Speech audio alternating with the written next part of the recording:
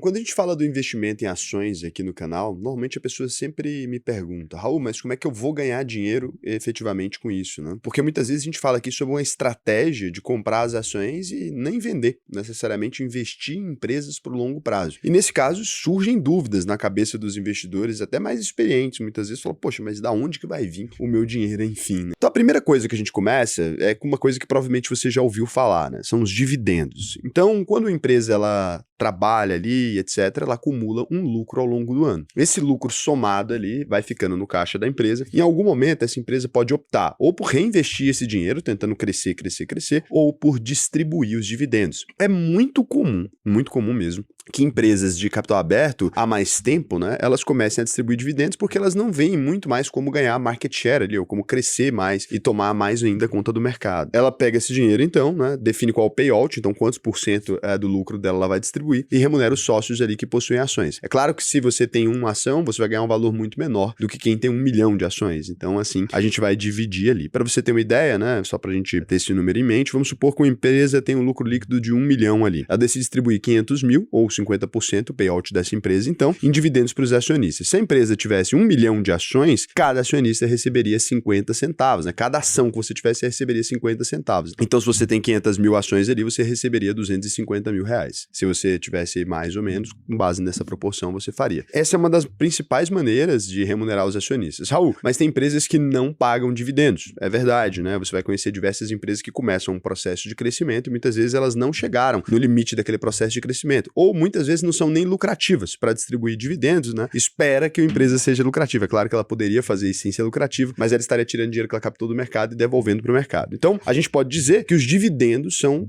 talvez a principal forma de remunerar os acionistas de determinada empresa. A segunda forma aqui, que é muito comum também, é a bonificação. Então, a bonificação acontece quando uma empresa, ela remunera os acionistas dela, dando novas ações para esse acionista. Então, vamos supor que você tenha 100 ações de Petrobras. A Petrobras divulga, então, que ela vai fazer uma bonificação agora, dando uma nova ação para cada 10 ações que a pessoa tem. Você ganharia 10 novas ações ali da empresa sem fazer nada com relação a isso. Então, você simplesmente teria recebido essa ação ali. Essa estratégia é muito comum e acontece também com diversas empresas, principalmente os bancos brasileiros, eles são mestres na bonificação porque isso tem algum impacto fiscal ali, alguma coisa que eles conseguem fazer nesse sentido para evitar pagar impostos. Então é muito comum também você receber essas ações novas e aí com isso você está recebendo dinheiro daquela empresa, né? Uma espécie de dividendo também. A terceira, né, e talvez mais complexa de ser entendida é a valorização. Quando a gente investe, por exemplo, numa empresa na Bolsa de Valores, a maior parte de vocês, o que vocês estão procurando é o ganho com a valorização. Vou mostrar aqui agora como é que isso funcionaria de determinada maneira e muitas vezes acho que pode até ajudar a esclarecer alguns pontos interessantes para você. Vamos pegar a empresinha queridinha da vez, que é a NVIDIA, né? A NVIDIA agora, ela tá hipervalorizada, mas ela vai servir bem para esse exemplo aqui. Vamos supor que o investidor lá em 6 de março de 2023, por uma inspiração divina, ele tenha decidido comprar ações de NVIDIA. Por que uma inspiração divina? Porque foi a empresa que mais cresceu nesse período, a empresa grande, né? Que mais cresceu na bolsa recentemente. Então esse aqui é o BDR da NVIDIA. Por que eu coloquei o BDR? Só para ficar cotação em real, porque esse vídeo aqui é mais para iniciantes, né? A pessoa vai falar, meu Deus, em dólar, como é que eu vou investir em dólar, né? Então, aquela coisa toda. Tava R$ 25,13 uma ação de NVIDIA lá no dia 6 de março. Aqui agora, a ação de NVIDIA está custando R$ 90,80. Então, o que você viu nesse processo aqui foi uma valorização daquela ação. E se você vai mais longe ainda, você vai perceber uma valorização de 2.000%, né? Uma ação de NVIDIA em 2019 custava R$ 3,37. Então, aqui você percebe um cenário onde a ação se valorizou bastante, né? Então, aqui você consegue ver e aqui você consegue observar realmente a evolução que essa empresa teve. Outro caso que pode acontecer é a desvalorização, né? Então, por exemplo, aqui a gente consegue ver o Magazine Luiza, um caso um pouquinho diferente. Quem investiu em Magazine Luiza lá em 8 de março de 2019 a R$ 5,29, hoje tem R$ 2,15. Então, aconteceu uma desvalorização de 59,36%. Agora, se uma ação se valoriza na sua carteira, você ganhou dinheiro? Esse é um ponto muito interessante. É o seguinte, olha, eu comprei uma ação de NVIDIA, por exemplo, a R$ 3,37 e hoje essa ação está valendo R$ 90,46. Eu ganhei dinheiro? Essencialmente, se você for olhar o tamanho do seu patrimônio, naquele período observado, você vai ter mais dinheiro na sua conta, né? Na conta de investimentos ali. Agora, se você não vendeu essas ações, significa que você não realizou o lucro daquilo ainda. Essas ações ainda estão expostas ao mercado e podem diminuir de preço. Não tem como dizer que o seu patrimônio não aumentou porque ele de fato aumentou. Aquela cota que você comprou a um valor está valendo várias vezes aquele valor, 2.579,82% no caso caso de NVIDIA, por exemplo. Mas aqui se cria uma sensação muito complexa na cabeça das pessoas que vêm do mercado tradicional. Por quê? Eu só ganhei dinheiro dentro de uma transação de mercado normal quando eu termino aquela negociação. Se eu comprei um carro por 20 mil, né, eu só considero que eu ganhei dinheiro nele quando eu vender ele por 25. Que aí eu posso falar, eu tirei 5 mil aqui, que foi a diferença entre esses dois preços. Na Bolsa de Valores, essa posição, ela poderia até ser verdadeira. Você poderia até falar, caramba, eu só ganho dinheiro quando eu vender. Só que quando a gente busca uma construção de patrimônio, quando está nessa fase de acumulação, todos os estudos, qualquer estudo que qualquer pessoa séria tenha feito, mostra que ficar girando a sua carteira, ou seja, efetuando essas vendas consistentemente, não é uma forma de aumentar o tamanho do seu patrimônio, e sim de pagar mais taxas, mais encargos e diminuir o seu patrimônio ao longo dos anos. Por quê? Porque o mercado de ações, ele é o mercado que mais cresce em todo o mundo. São participações em empresas, né? Ações são isso. Não tem nada que cresce mais do que ações de boas empresas, não tem título de dívida, não tem nada. Então, quanto mais tempo você passa fora do mercado, ou seja, desposicionado, como a gente chamaria, né? Mais tempo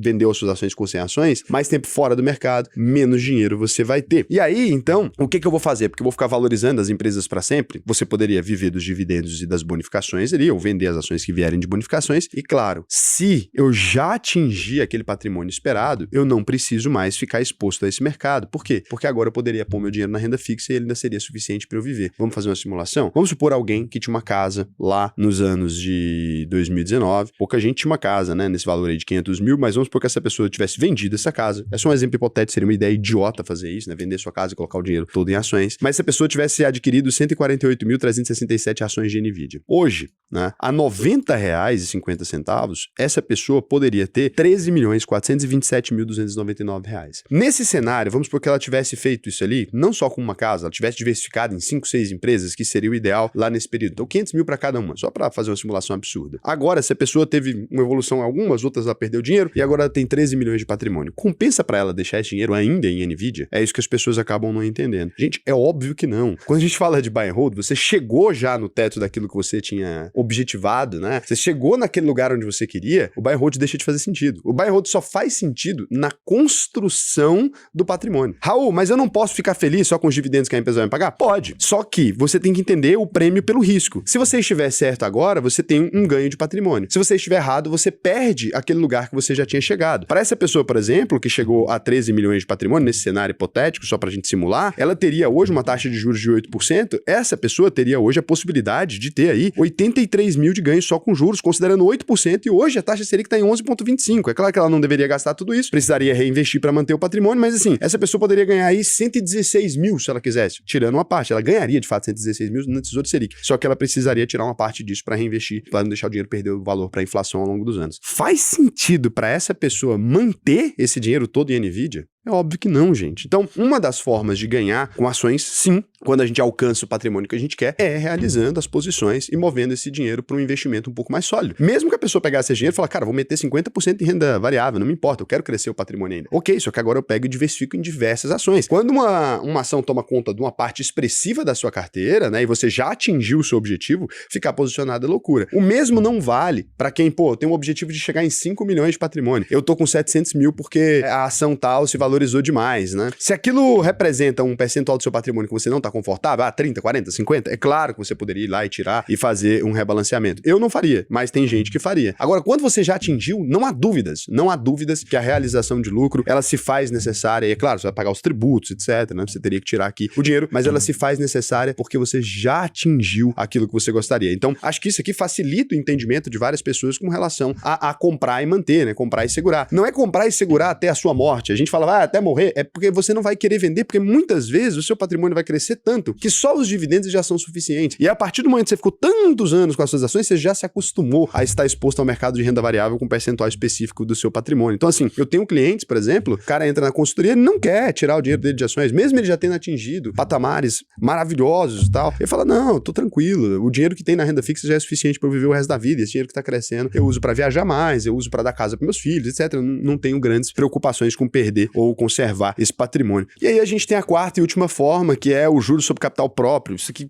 acaba complicando a cabeça das pessoas. O Brasil tem diversas legislações meio complexas. E o que acontece? Em dado momento, né, a inflação brasileira é descontrolada, sei lá o quê, papapá, criou-se uma forma de deduzir impostos da empresa numa distribuição de capital que é o chamado juros sobre capital próprio. O juros sobre capital próprio nada mais é que um dividendo de uma empresa que está buscando um ganho fiscal. Então, é a mesma coisa, ele entra para você na sua conta como um dividendo, você vai receber um dinheiro ali na sua conta, só que a empresa pagou 15% direto na fonte. Antes de distribuir esse dinheiro, ela pagou 15% para o fisco. Raul, você falou que era uma forma de economizar impostos, né? Eu falei que era uma forma de economizar impostos para a empresa, não para você. Você, quando recebe dividendo, é isento. Quando você recebe juros sobre capital próprio, a empresa pagou. Mas agora que vem o truque. O juros sobre capital próprio, ele não é considerado uma distribuição de dividendos ali. Então, ele meio que entra na linha de custos da empresa. E com isso, ela consegue diminuir o lucro dela. Por que ela gostaria de fazer isso? Para pagar menos impostos. Então, ela tem um ganho de eficiência nesse cenário. Não muda absolutamente nada. Você recebe o seu dinheiro, você não precisa fazer nada, já vem descontado, é só fazer a sua declaração anual. Tudo certinho, mas você não vai pagar mais nada além disso. O dinheiro que chega para você já é seu, você não tem que fazer nada com relação a isso. Essas são as principais formas como o investidor consegue ganhar dinheiro na bolsa de valores, né? E é importante você compreender isso para você não ser essa pessoa maluca. Ah, então eu não vou, meu Deus, eu tenho que ter dividendos na empresa, porque senão eu não vou conseguir viver de renda, eu tenho que ter sei lá o que, gente. Na fase de construção, o mais importante é comprar ativos de boas empresas que se valorizem historicamente. Lá na frente, você vai remanejar esse dinheiro várias vezes, porque você vai atingir patamares altos. Muitas vezes você não vai querer estar exposto daquele tamanho naquilo, né? É normal para algumas pessoas terem essa sensação e você vai se reorganizar